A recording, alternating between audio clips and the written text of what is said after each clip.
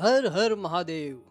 स्वागत है आपका बजट ट्रिप सीरीज के 7वें एपिसोड में, जहां हम आपको 3000 से 5000 के बजट में घुमाएंगे भारत के प्रख्यात धार्मिक स्थलों पर। तो चलिए चलते हैं महादेव के त्रिशूल पर टिकी वाराणसी, काशी, बनारस नगरी के प्रमुख स्थलों पर घूमने।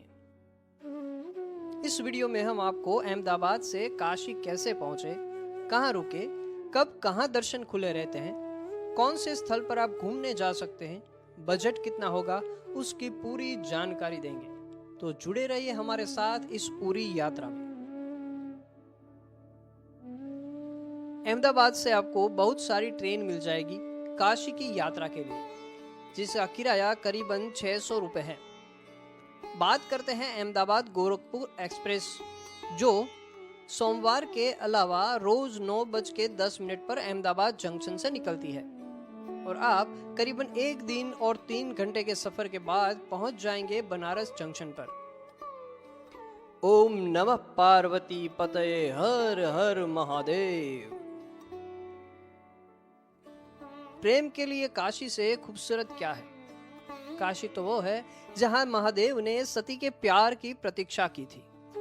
तो काशी पहुंचकर रिक्शा की मदद से धर्मशाला में रुक जाइए, जो काशी विश्वनाथ मंदिर के नजदीक है, जिसकी बुकिंग आप यात्राधाम.org के माध्यम से कर सकते हैं, जिसकी लिंक डिस्क्रिप्शन में दे दी गई है।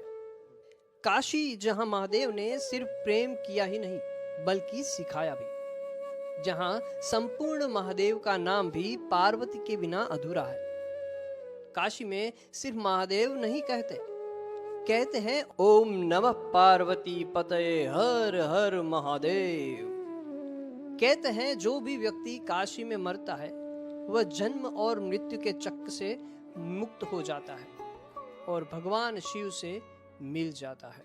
तो चलिए आपको काशी में 2 दिन की यात्रा का अवसर और एक अद्वितीय धार्मिक अनुभव प्रदान करते हैं।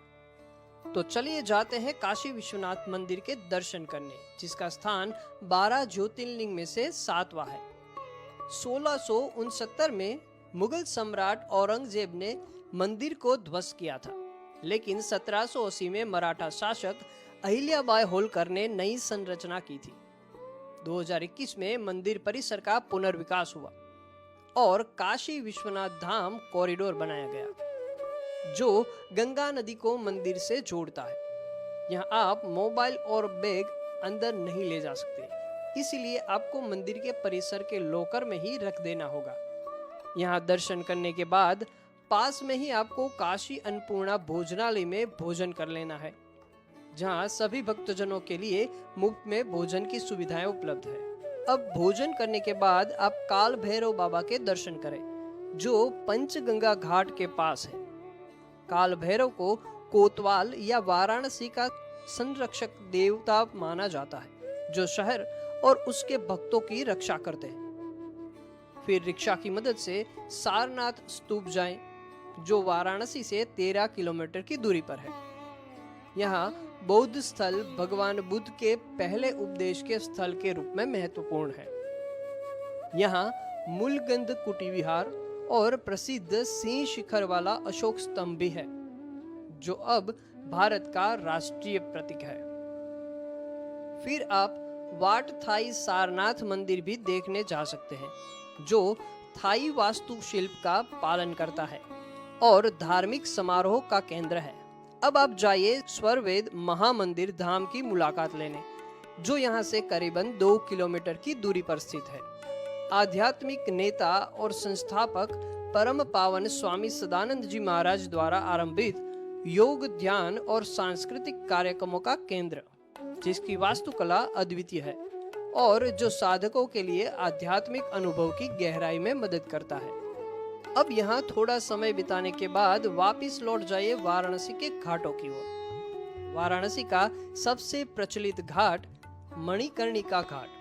कहा जाता है कि यहाँ माता सती की बालिया गिरी थी, इसलिए इसे एक शक्तिपीठ के रूप में स्थापित किया गया और इसका नाम मणिकर्णिका रखा गया, क्योंकि संस्कृत में मणिकर्ण का अर्थ कान की बाली होता है।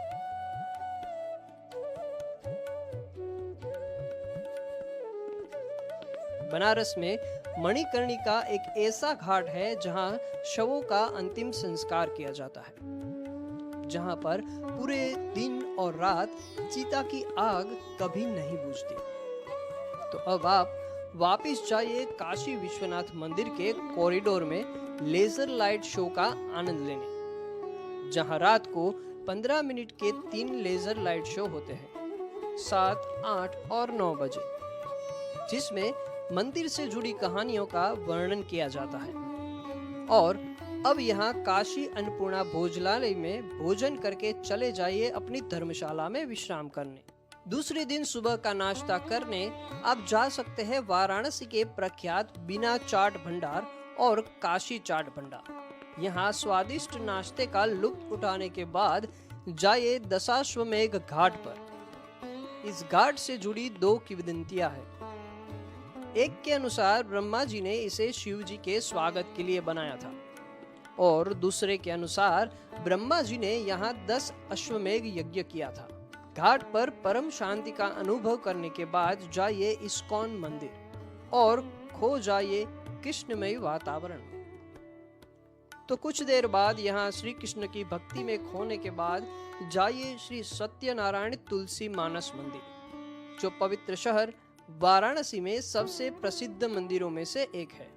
प्राचीन हिंदू महाकाव्य रामचरितमानस मूल रूप से 16वीं शताब्दी में हिंदू कवि, संत, सुधारक और दार्शनिक गोस्वामी तुलसीदास जी द्वारा इस स्थान पर लिखा गया था। उन्होंने हिंदी भाषा की अवधी बोली में रामायण लिखी और अवधी संस्करण को रामचरितमानस कहा गया। और पास ही में जाइए त्रिदेव मंदिर। यहाँ मंदिर भगवान ब्रह्मा, भगवान विष्णु और भगवान शिव को समर्पित है। यह मंदिर पवित्र नदियों गंगा, यमुना और सरस्वती के संगम पर स्थित है। अब यहाँ से आप जाइए दुर्गा माता मंदिर में दर्शन करने। दर्शन करने के बाद भोजन के लिए आप जा सकते हैं पिज्जेरिया वाटिका कैफे, जो 80 घाट के पास स्थित है, जहां भारत का सबसे पहला पिज्जा बनाया गया था। यहाँ आप स्वादिष्ट पिज्जा का लुत्फ उठा सकते हैं। तो अब भोजन करने के बाद थोड़ी देर धर्मशाला में विश्राम कर लीजिए। शाम को रिक्शा की मदद से निकल जाइए संकट मोचन हनुमान जी मंदिर के दर्शन करने। इसकी स्थापना तुलसीदास जी द्वारा कराई गई थी। मान्यता है कि जब वे काशी में रहकर रामचरितमानस लिख रहे थे, तब उनके प्रेरणा स्रोत संकट मोचन हनुमान थे। तो यहाँ दर्शन करने के बाद जाइए बिरला मंदिर, जो वाराणसी के बनारस हिंदू यूनिवर्सिटी के मैदान में स्थित है। BHU मैदान में शिवलिंगम, नटराज जी, माता पार्वती जी, गणेश जी, पंचमुखी महादेव, हनुमान जी, माता सरस्वती जी और नंदी जी के मंदिर है। तो अब बारी है गंगा आरती में शामिल होने की। तो पहुंच जाइए बनारस के प्रसिद्ध घाट 80 घाट पर गंगा आरती का लाभ लेने। आप यहाँ बोट में बैठ के गंगा आरती का अनुभव ले सकते हैं, जिसका किराया तकरीबन 200 से 300 रुपए तक का होगा। तो माँ गंगा का आशीर्वाद लेने के बाद जाइए भोजन करने। अच्छे से भोजन करने के बाद चले जाइए अपनी धर्मशाला की ओर विश्राम करने। अब समय आ गया है भगवान शिव की नगरी काशी को अलविदा कहने का। थोड़ी देर धर्मशाला में आराम करके निकल जाइए बनारस रेलवे स्टेशन की ओर, जहां बुधवार के अलावा रोज रात को 2:30 पर गोरखपुर अहमदाबाद एक्सप्रेस करीबन 1 दिन और 2 घंटे के सफर के बाद पहुंचा देगी वापस अहमदाबाद जंक्शन। आज की यात्रा को हम यहीं पर विराम देते हैं। अगले वीडियो में हम आपको घुमाएंगे जो देवस्थानम और दक्षिण के कैलाश जैसे नामों से जाना जाता है, ऐसा श्री शैलम। तो बने रहिए हमारे साथ बजट ट्रिप सीरीज देखने के लिए। और अगर आपने अभी तक यात्रा धाम के सोशल मीडिया प्लेटफॉर्म को फॉलो नहीं किया है तो कर लीजिए। धन्यवाद।